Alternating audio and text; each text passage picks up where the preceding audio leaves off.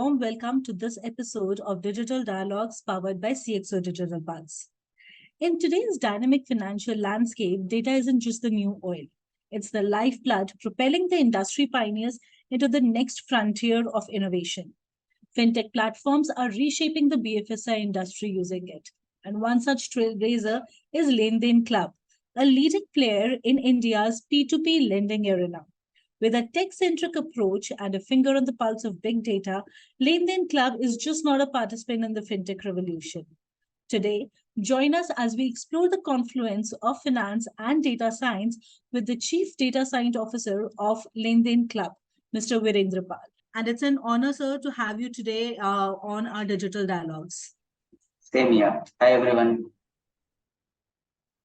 So, Virendra, to start off, considering Len Den as an organization and your experience in the industry, how has the P2P lending industry in India evolved in terms of, say, data usage, in terms of analytics over the past few years? Sure. So P2P lending is very different than normal NBFC, and the way it is, defined is little different. Here, investor and borrower come both on a platform. Okay, investor has different need. Investor want to invest and get some return, and borrower has different need. Borrower want to take loan and repay back the loan. So the way industry has evolved, initially the way NBFC uses LOS and LMS, it is very different in this space, right? The way LOS and LMS are designed, it is designed to handle investor and borrower both. The way this particular industry is recording the data is way different than what normal NBFC is recording the data. So all using the advanced technology of NoSQL and all the cloud friendly thing which right now this industry is using is actually becoming very helpful. Since data is recording in optimum way, applying analytics and right kind of data becomes very easy. Okay. Initially, since the industry was new, the traditional analytics was getting used in this. Okay. And traditional analytics means while recommending any kind of borrower to investor, we used to see what is the customer's repayment behavior, what kind of banking pattern the person has, what kind of salary person is getting. All those things was getting analyzed, and then we were recommending this particular customer to our investor or this particular borrower to investor. So all these were very traditional in beginning. Since the industry was shaping up and things were getting evolved, slowly we started moving towards using high-end analytics. We came up with the basic model and then little advanced model with the likes of AI and now deep learning followed by Gen AI. Now we are using some of the use cases which can be very much applicable in our scenario so that we can give the best benefit of AI analytics and data all together. So overall, if you see, starting from the advancing LOS and LMS, making it more friendly with this our architecture and followed by using traditional analytics, then modern analytics, now using analytics and AI fully plays in every part of our business. Okay. So, as you mentioned about the analytics, the kind of data, and the way overall industry has evolved by using this data, were there any specific challenge when it comes to collecting and integrating this data? Specifically, if I want to highlight with respect to the Indian context, because we have a diverse population, the financial behaviors are different. And if I way to say that the segmentations that we have, the financial segmentation within the population are pretty diverse. So considering all these elements, have there been any specific challenges that you faced? I believe when we are talking about India, there always will be different challenges, right? If we able to correct the technology, correct the tool, but we cannot change the behavior of the people. Okay. If let's say I have created an app which you just need to upload your banking, you need to upload your basic detail, and I can show you the your eligibility for the loan. Okay. But what if you don't have banking available at that point of time? Okay. But what if you don't have net banking enabled for you? Okay. If this thing is not there with you, then person will what they will do? They will go, they will photocopy the bank statement, then they will upload as a PDF. So all these challenges will come. Then we need to develop a technology or get the outsourced technology which can pass that PDF and give us the data in structured form. So basis the behavior of the people. Some people will say that they have some specific date of birth, but when we see in KYC, the date of birth may be different, maybe here and there. Okay. So all these challenges are there is more about the type of data people provide. And if you want to pass the data in some specific way, suppose people are providing an image data or people are providing a PDF data or maybe data which is not in parsable format, then it becomes a challenge. So data is there, data people provide and in some or other format they provide, but to make it a usable format and so that we can utilize in our loan life cycle or investor life cycle, that becomes a challenge. Apart from that, if I see, if I am, trying to establish the contactability with the customer, okay. So Mhm. sometime people will try to not answer the phone because they are busy in their daily code. So I am not able to, establish that contactability. So this kind of data point becomes challenge mainly because of the people's habit. Data is already there. People are providing data. Now you see almost 70% of our users are below 30 of age. So people are digital savvy. They are all using phone. So data is there. It's just that right format data, right structure data is little difficult to find it out. For example, if someone just started using email or he has just changed the email, I'm not going to have this email history or I'm not going to have that history which phone has for a normal customer. So all those challenges will come. And the way we have designed our model, we generally believe in traditional data and alternate data both. Okay. So to underwrite customer, alternate data plays a very vital role. But alternate data source is renewed. If I come to know that email which customer has given is got created just 3 months back or 2 months back, I lose the confidence over that. So all those challenges Mhm. are there. But eventually, I would say in India, data is available. It's just that right quality of data, stability of data, and parsing of data in right structure is still a challenge. Okay. And as you mentioned that now the data is becoming more available and maybe in a more structured format because of the internet savviness within the population and even with the Gen Z coming there within the financial aspects. Now, with all these things, has there been any success story or a case study that you can share where the predictive analysis played a pivotal role in decision making at your end? I believe there are many stories since I am into this industry from last 15 years. So I have seen a lot of things. But specific to P2P, I will tell you, if you talk about predictive analytics, there are multiple use cases. I'll talk about one use case, which generally happens in loan industry. First, a time defaulter. Okay. I have got Okay. customer and that customer has been very good in their bureau and banking and but once I given the loan and customer got defaulted very first time, and customer never came back. Okay, so that is the problem, and this is actually biggest industry problem as well. That first time defaulter. What went wrong when all the policy or credit parameter were right, and whatever we have defined that was all right, and the customer looked like a good customer, but customer didn't give a single EMI. So that kind of problem, what we did, we tried to develop a machine learning model which is right now using alternate data and can use some customer behavior to figure it out whether the customer is going to first time defaulter or not. And that use case, what we did, we have used some of the important patterns. For example, customer is right, cleanly maintaining the balance in the bank statement or not. Customer has just improved their bureau score from last 6 months. Previously, he was having some other score, but now it is got improved because of some sudden behavior. All those things. Apart from that, if customer has changed the device or customer has applied multiple time through multiple app, all those details comes into the picture. And then we were able to figure out using predictive model with the customer going to do the first time default or not. So we were able to reduce because people change the behavior. So we were able to reduce the first time defaulter from the 2 to 3% from Mhm. all the default patterns. So which was a good thing, but still we are still learning the people behavior. People do change the behavior. The models will still get evolved. So it's the use case which we have to continuously solve. It is not that it will be solved once in all, right? So that is one use case on the predictive analytics side. Another use case I can give on the AI side. Okay. So Mhm. since we are a digital company, we cannot be having a branches in multiple cities since we are pan India. Okay, and we have 18 million user base, which give us lot of email and chat and SMS everything, right? So to respond that we need a technology. Okay. And since we are a very specific segment which is not there in the market, like P2P related question are very different. So what we have done, we have developed a system which can understand what kind of email has come, what category of email it is, and what kind of response should be given to the customers. So out of all the mail, we are able to reply 95% of our mail through the AI system. Okay. So for managing this many customers, we have very small customer service based team, which can actually respond to that for the very high and specific query. The people are responding, rest everything is getting responded through the system what we have developed. Okay.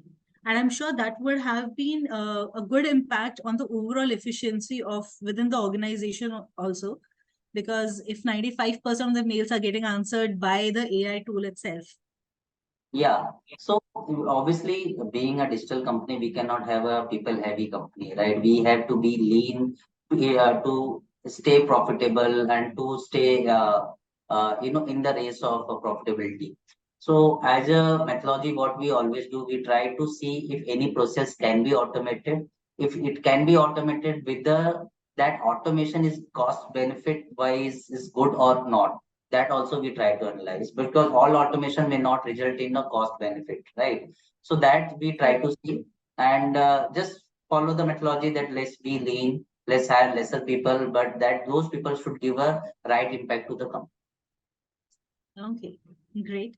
And Virendra, as we are talking, everything is based on data Right. because it's the data automation, the processing, how it has been done. And recently in India, we got our Personal Data Protection Act being passed by the government. So, with the increasing regulations around it, with the concerns around data privacy, and now this bill also coming into picture, being pushed from the government side, how does Len Den Club ensures compliance while leveraging all this data? Because I'm sure you have a lot of financial confidential data of your user base. Yeah, so I believe whatever regulation come, it comes for the betterment of the industry, and that will actually help industry to devise something which is sustainable model. If some company try to devise a model which is not sustainable, or maybe using data in a way which cannot be, maybe a regulation come and then they cannot use that data. So I believe this regulation is always going to help us. And the way we have planned, the way we are going collecting the data, all the data which is getting collected will be clearly shown in our app, like where it will be used. It is going to use for trade underwriting, or it is going for communication. That will clearly be shown. And apart from that, how much time we are going to use the data and when this data will get deleted. So all those things, we are from the day one only, we have been very cautious about using any kind of data which is PII level data or customer specific data.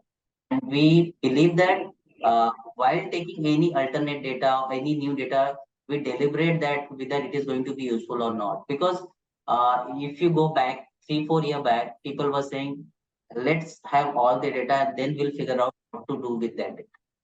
But we are in the opinion that let's you have only that data which we can use it, or from that data which we can make some pattern out of it. Unnecessary Mhm. collecting data, increasing the cloud log, and then costing will not make any sense. So from day one, we have used this thing, and if we try to use some alternate data, we think twice that whether it's going to be helpful, what kind of use case we are deriving, and is it under the regulation or not. We have a specific compliance team with us. While using any data, we do consult with them, and then we go ahead. That's great. And as the Chief Data Science Officer, where do you see the future of data analytics in P2P lending in India? And if you were to share any emerging trends or technologies that in particular excites you a lot, or you foresee them to be used a lot in, say, coming 5 years? So I believe there are a lot of things happening. P2P industry is evolving like anything. Okay. And if you see the market projection, people are saying it will go 11 billion in India itself by 2025, 26. So a lot of things are happening. Okay, I believe P2P lending industry will grow as a marketplace. Okay, where right now a lot of investor will come and a lot of borrower will come, and the technology managed by the platform will be unique. Okay, that technology can be powered by recommendation engine, or that can be powered by even Gen AI. For example, Gen AI can make the offers basis investors preference, like this, if you should invest in this kind of profile, or it can create the offers for the borrower, that you have this loan offer available to you with this rate, and you may choose that basis your need. So all those things will be handled by recommendation engine, deep learning model, NLP getting used heavily because lot of textual data is there. Okay, and then lot of GNAI which will try to devise the personalized offer to the customer. Even when I go into a website nowadays, also people try to do hyper personalization on the website.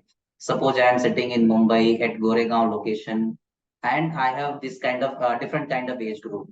Basis my need, that web page will be designed. Okay, and this web page will be different for you, maybe different for other people. This hyper personalization is taking place. That hyper personalization will also evolve in the future more, and it will go to more granular level. Okay, maybe the kind of preference I have while selecting the loan as an investor, that preference will automatically be shown to the investor. Okay, and basis that preference, person can choose. So P2P lending industry basically work on multiple technologies and base multiple algorithm to give the better uh, and improved experience to the customer. So all those technology will come in play. You may not, you may say that VR, AR may also come in the future, but not near in 2, 3 years. But definitely, I see AI, Gen AI, NLP, deep learning getting used heavily into this with a lot of alternate data. Because in India, if you see, most of the young people don't have very rich credit bureau or credit history. Okay. So alternate data will come into play, and that financial inclusion will also will come into the play. And the young people will more be excited to use this lending platform, and only not only for lending, but for the investment as Okay, great. And as you mentioned about the aspects of personalization, hyper personalization for the customers and the way things are moving, how important do you think is the collaboration between a chief data officer, a marketing officer, and even the data protection or the legal compliance one? How important is this collaboration between these three honchos, I would say, in an organization? I think the roles are getting worse because I believe chief data officer should have the knowledge of compliance and marketing both. Marketing person should have knowledge of what kind of data, databases, and how I can do the advanced marketing using data. And we should under the radar of compliance. And compliance should also know what are the limitation of marketing tool, marketing people, and data people. So boundaries are getting merged, and I believe all three people. Sometime you will see marketing analytics officer is also there, or marketing analytics is also a field where the data person will become a marketing analytics person and sit with the marketing team to devise the different campaign. So boundaries are getting merged, and but all three departments or three people have to work together so that the genuineness of compliance should be there, and basis that a right campaign should be triggered to the customer, right personalization should be triggered to customer, and so that better conversion should also happen, and eventually we should also be under the guideline of the regulations. Great. Thank you so much, Virendra. And with on that note, I would say we are moving with the key message that data, which was initially being just been gathered and then been thought about how to utilize, now the tables have reversed. People are thinking that what exact data they want for, and they have a very clear goal and objective being set before that data collection process starts. And once all this data is there, the kind of analytics and analysis which is happening on it, things are being evolving, because with Len Den Club itself, it's just not about providing a simple financial service. It's also about how properly they can create a portfolio for themselves in terms of investing their finances in a very critical and in a very strategized manner. And I would say thanks a ton, Virendra, for all your feedback. the way things are moving. And it was great, a pleasure to talk with you.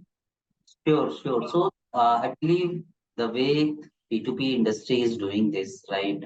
The kind of technology what we are developing and other players are developing is going to be useful in the market. Some of the technologies can be used into other industry as well, because if the marketplace technology get developed, right, and where multiple people have multiple choices, and their choices is met by the algorithm, this technology can be used at anywhere.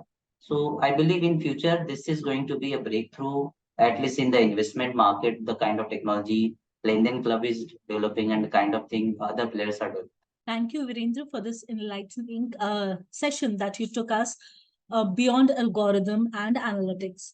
We've learned that gathering data isn't just merely a task, it's actually an endeavor underlining a specific purpose. This thoughtful and purpose driven approach ensures paving the way for an industry that's more responsive, inclusive, and efficient. Um, our gratitude to you for offering us the window into your world where data isn't just a number, but the narrative of a brighter financial future. And I hope so, everyone out there, you enjoyed this episode of Digital Dialogues. See you soon.